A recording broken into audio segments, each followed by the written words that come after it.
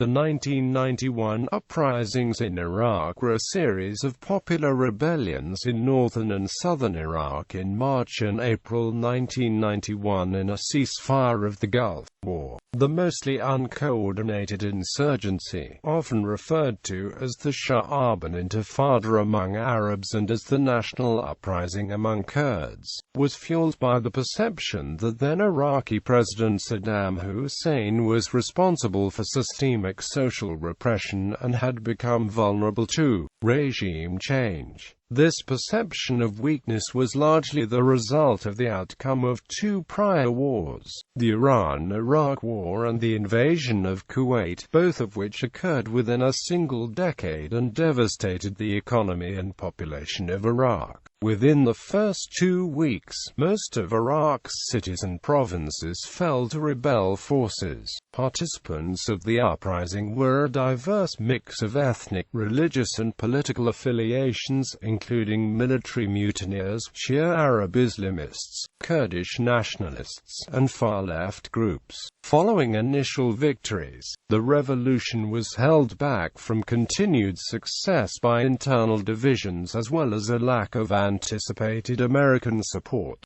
Saddam's Sunni Arab-dominated Ba'ath Party regime managed to maintain control over the capital of Baghdad and soon largely suppressed the rebels in a brutal campaign conducted by loyalist forces spearheaded by the Iraqi Republican Guard. During the brief, roughly 1-month period of unrest, tens of thousands of people died and nearly 2 million people were displaced. After the conflict, the Iraqi government intensified a prior systematic forced relocation of Marsh Arabs and the draining of the Mesopotamian marshes in the Tigris-Euphrates river system. The Persian Gulf War coalition established Iraqi no-fly zones over northern and southern Iraq, and the Kurdish opposition established the Kurdish Autonomous Republic in what is now commonly referred to as Iraqi Kurdistan. U.S. radio broadcasts. On February 15, 1991, then-President of the United States of America, George H.W. Bush, made a speech targeting Iraqis via Voice of America radio. Hoping to incite a swift military coup to topple Saddam Hussein, Bush stated. Bush made a similar appeal on March 1, 2 days after the liberation of Kuwait. On the evening of February 24, several days before the Gulf War ceasefire was signed, the Saudi Arabia-based Voice of Free Iraq radio station, allegedly funded and operated by the CIA, broadcast a message to the Iraqi people telling them to rise up and overthrow Saddam. The speaker on the radio was Salah Omar al-Ali, an exiled former member of the Ba'ath Party and the Ba'athist Revolutionary Command Council. Al-Ali's message urged the Iraqis to overthrow the criminal tyrant of Iraq and asserted that Saddam will flee the battlefield when he becomes certain that the catastrophe has engulfed every street, every house and every family in Iraq.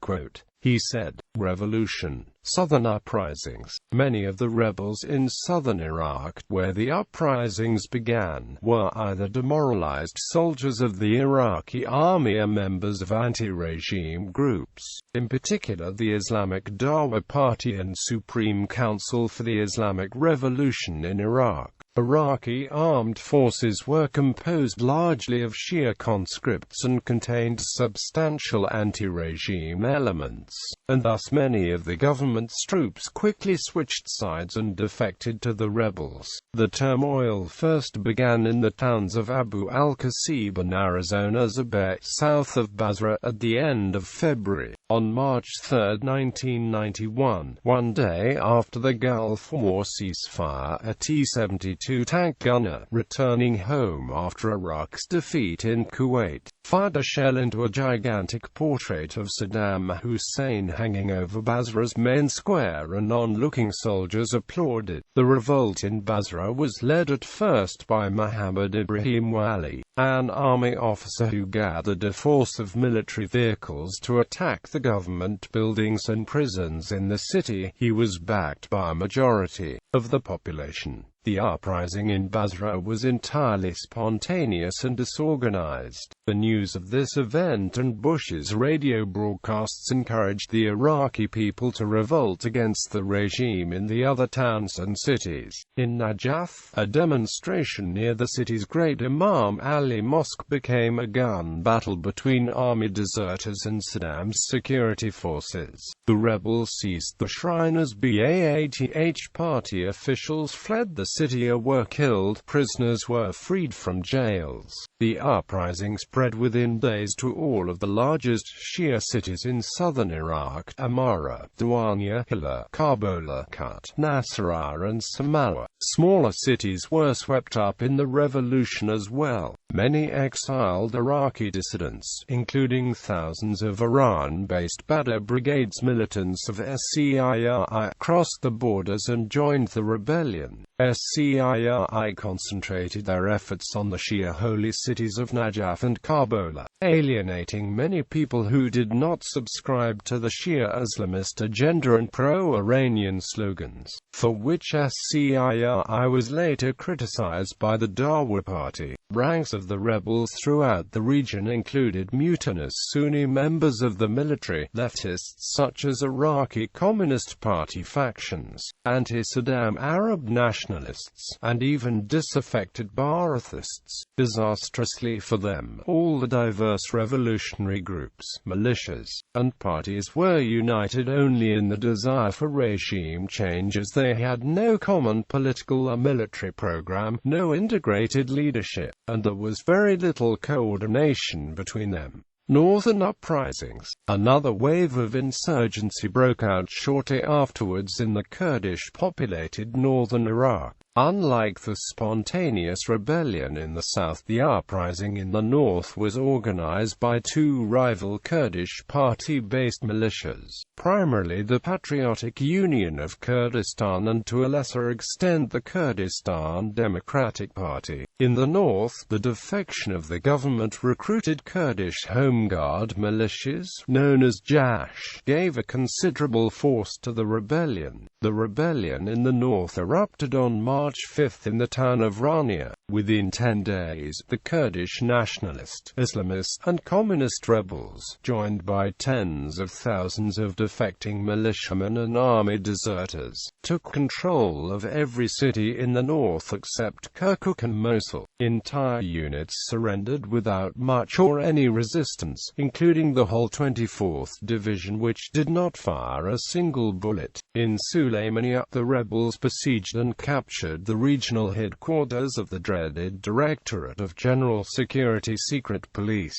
In a bloody revenge, they killed several hundred of captured Ba'athist officials and security officers without a trial. Reportedly, over 900 security officers were killed at Sulaimania. They also captured enormous quantities of government documents related to the notorious Al-Anfal campaign, in which the government forces had systematically killed tens of thousands of Iraqi Kurds and members of other ethnic minorities 3 years earlier in 1988. 14 tons of these documents were obtained by Human Rights Watch. Unlike in the south, the Kurdish rebellion was preceded by demonstrations with clear political slogans: democracy for Iraq and autonomy for Kurdistan.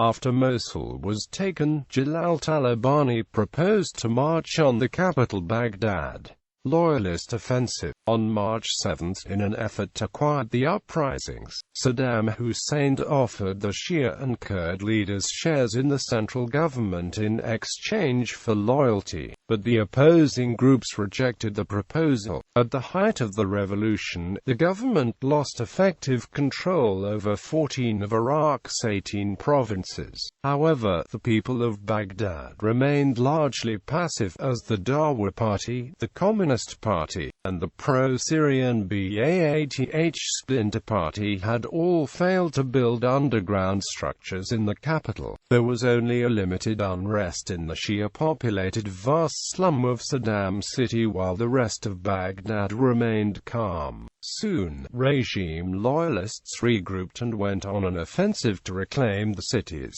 They were helped by the fact that about half of tanks of the elite and politically reliable Republican Guard managed to escape from the Saddam proclaimed mother of all battles in Kuwait, and that the Guard headquarters units also survived the war. In addition, the Gulf War ceasefire agreement of March 3 prohibited the Iraqi military's use of fixed-wing aircraft over the country, but allowed them to fly helicopters because most bridges had been destroyed. This was because General Norman Schwarzkopf accepted the request of an Iraqi general to fly helicopters, including armed gunships, to transport government officials because of destroyed transport infrastructure. Acting without Pentagon or White House instructions, almost immediately, the Iraqis began using the helicopters as gunships to put down the uprisings. The outgunned rebels had little heavy weapons and few surface-to-air missiles, which made them almost defenseless against helicopter gunships and indiscriminate artillery barrages when the Ba'athists responded to the uprisings with crushing force. According to Human Rights Watch, in their attempts to retake cities, and after consolidating control, loyalist forces killed thousands of anyone who opposes them, whether a rebel or a civilian, by firing indiscriminately into the opposing areas, executing them on the streets, in homes and in hospitals, rounding up suspects, especially young men, during house-to-house searches, and arresting them with or without charges, shooting them en masse, and using helicopters to attack those who tried to flee the cities. There were several reports of chemical warfare attacks, including of a nerve agent being used during the assault on Basra. Following an investigation, the United Nations found that there was no evidence that Iraq used chemical weapons to repress the uprisings, but did not rule out the possibility that Iraq could have used phosgene gas, which would not have been detectable after the attack.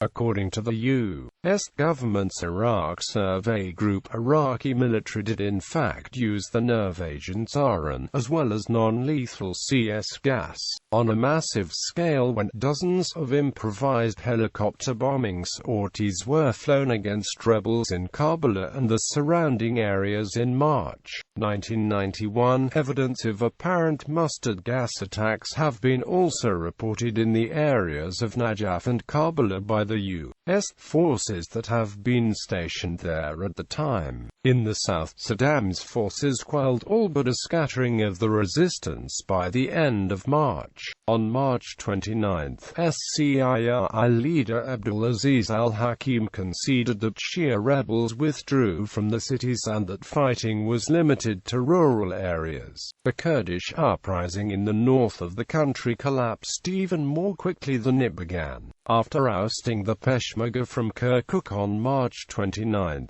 the government tanks rolled into Dahuk and Erbil on March 30, Zakho in April 1, and Sulaymaniyah, the last important town held by the rebels, on April 3.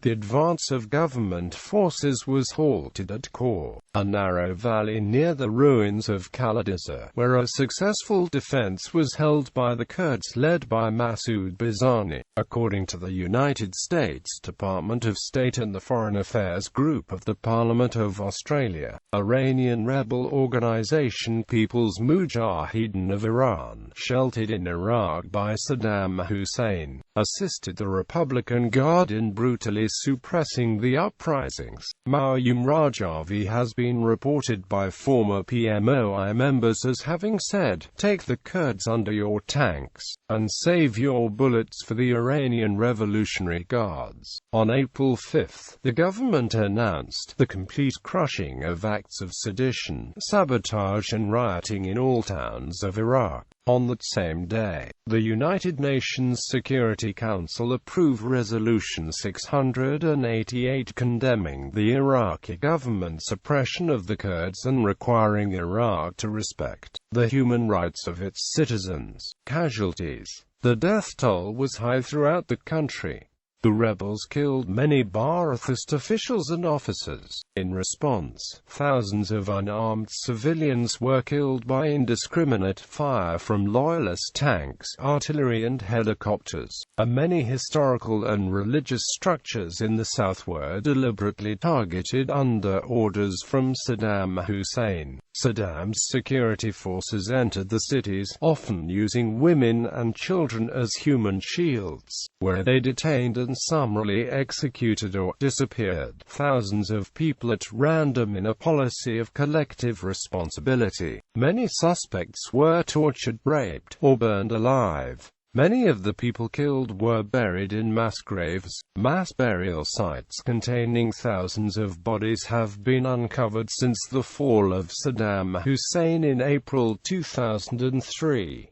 Of the 200 mass graves the Iraqi Human Rights Ministry had registered between 2003 to 2006, the majority were in the south, including one believed to hold as many as 10,000 victims. Aftermath. Refugee crisis. In March and early April, nearly 2 million Iraqis, 1.5 million of them Kurds, escaped from strife-torn cities to the mountains along the northern borders, into the southern marshes, and to Turkey and Iran. By April 6, the United Nations High Commissioner for Refugees estimated that about 750,000 Iraqi Kurds had fled to Iran and 280,000 to Turkey, with 300,000 more gathered at the Turkish border. Their exodus was sudden and chaotic, with thousands of desperate refugees fleeing on foot, on donkeys, or crammed onto open-backed trucks and tractors. Many were gunned down by Republican Guard helicopters,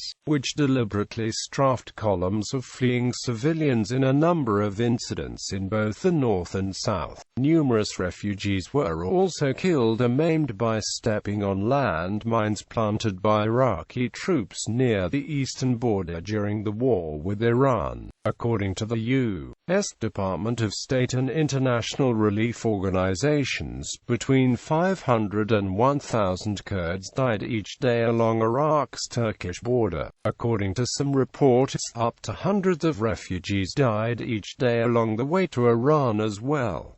Beginning in March 1991, the U.S. and some of the Gulf War allies barred Saddam's forces from conducting jet aircraft attacks by establishing the no-fly zone over northern Iraq, and provided humanitarian assistance to the Kurds. On April 17, U.S. forces began to take control of areas more than 60 miles into Iraq to build camps for Kurdish refugees. The last American soldiers left northern Iraq on July 15.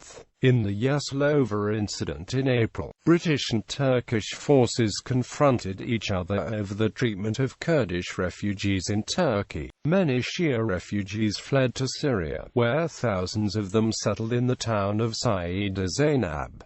Resistance and reprisals in the south. In southeastern Iraq, thousands of civilians, army deserters, and rebels began seeking precarious shelter in remote areas of the Hawza marshes straddling the Iranian border. After the uprising, the Marsh Arabs were singled out for mass reprisals, accompanied by ecologically catastrophic drainage of the Iraqi marshlands and the large-scale and systematic forcible transfer of the local population. The Marsh Arab resistance was led by the Hezbollah movement in Iraq, which after 2003 became the Marsh Arabs' main political party. On July 10, 1991, the United Nations announced plans to open a humanitarian center at Lake Hama to care for those hiding out in the southern marshlands. But Iraqi forces did not allow UN relief workers into the marshlands of the people out. A large-scale government offensive attack against the refugees, estimated 10,000 fighters and 200,000 displaced persons hiding in the marshes, began in March to April 1992, using fixed-wing aircraft. A U.S. Department of State report claimed that Iraq dumped toxic chemicals in the waters in an effort to drive out the opposition. In July 1992, the government began trying to drain the marshlands and ordered the residents of settlements to evacuate, after which the army burned down the homes to prevent them from returning. A curfew was also enforced throughout the south, and government forces began arresting and moving large numbers of Iraqis into detention camps in the central part of the country. At a special meeting of the UN Security Council on August 11, 1992, Britain, France, and the United States accused Iraq of conducting a systematic military campaign against the marshlands, warning that Baghdad could face possible consequences. On August 22, 1992, President Bush announced that the U.S. and its allies had established a second no-fly zone for any Iraqi aircraft south of the 32nd parallel to protect dissidents from attacks by the government, as sanctioned by UN Security Council Resolution 688. In March 1993, a UN investigation reported hundreds of executions of Iraqis from the marshes in the preceding months, asserting that the Iraqi army's behavior in the south is the most worrying development in the past year, and added that following the formation of the no-fly zone, the army switched to long-range artillery attacks, followed by ground assaults resulting in heavy casualties and widespread destruction of property, along with allegations of mass executions. In November 1993, Iran reported that as a result of the drainage of the marshlands, Marsh Iraqis could no longer fish or grow rice, and that over 60,000 had fled to Iran since 1991. Iranian officials appealed to the world to send aid to help the refugees. The same month, the UN reported that 40% of the marshlands in the south were drained, while unconfirmed reports surfaced that the Iraq army had used poisonous gas against villages near the border of Iran. In December 1993, the U.S. Department of State accused Iraq of indiscriminate military operations in the south, which include the burning of villages and forced relocation of non-combatants. On February 23, 1994, Iraq diverted waters from the Tigris River to areas south and east of the main marshlands, resulting in floods of up to 10 feet of water. In order to render the farmlands useless and drive the rebels who have been hiding there to flee back to the marshes which were being drained of water. In March 1994, a team of British scientists estimated that 57% of the marshlands have been drained, and that in 10 to 20 years the entire wetland ecosystem in southern Iraq will be gone. In April 1994, the U.S. officials said Iraq was continuing a military campaign in Iraq's remote marshes. Iraq saw further unrest in its Shia-dominated provinces in early 1999 following the killing of Grand Ayatollah Muhammad Sadiq al-Sadr by the government. Like the 1991 uprisings, the 1999 uprising was violently suppressed. Kurdish sovereign enclave in the north. Fighting continued until October, when an agreement was made for Iraqi withdrawal from parts of Iraq's Kurdish inhabited region. This led to the establishment of the Kurdistan Regional Government and creation of a Kurdish autonomous republic in 3 provinces of northern Iraq. Tens of thousands of Iraqi soldiers dug in along the front, backed by tanks and heavy artillery, while the Iraqi government established a blockade of food, fuel, and other goods to the area. The U.S. Air Force continued to enforce a no-fly zone over northern Iraq, and the U.S. military built and maintained several refugee camps in 1991. This general stalemate was broken during the 1994–1997 Iraqi Kurdish civil war, when, due to the PUK alliance with Iran, the KDP called in Iraqi support and Saddam sent his military into Kurdistan, capturing Erbil and Sulaymaniyah. Iraqi government forces retreated after the U.S. intervened by launching missile strikes on southern Iraq in 1996. On January 1, 1997, the U.S. and its allies launched Operation Northern Watch to continue enforcing the no-fly zone in the north. The day after Operation Provide Comfort was over, Kurds further expanded their area of control after participating in the U.S.-led 2003 invasion of Iraq, which led to the recognition of Kurdish autonomy by the new Iraqi government. Post-2003 trials. The trial of 15 former aides to Saddam Hussein, including Ali Hassan al-Majid, over their alleged role in the murder of 60,000 to 100,000 people during the 1991 suppression, took place in Baghdad in 2007 and 2008. According to the prosecutor, the acts committed against the Iraqi people in 1991 by the security forces and by the defendants were among one of the ugliest crimes ever committed against humanity in modern history. Al-Majid was already sentenced to death in June 2007 for genocide regarding his role in the 1988 Operation Anfal, when he was also convicted for his role in the events of 1991 and given another death sentence. He was executed in 2010. The issue was also given much attention during the trial of Saddam Hussein.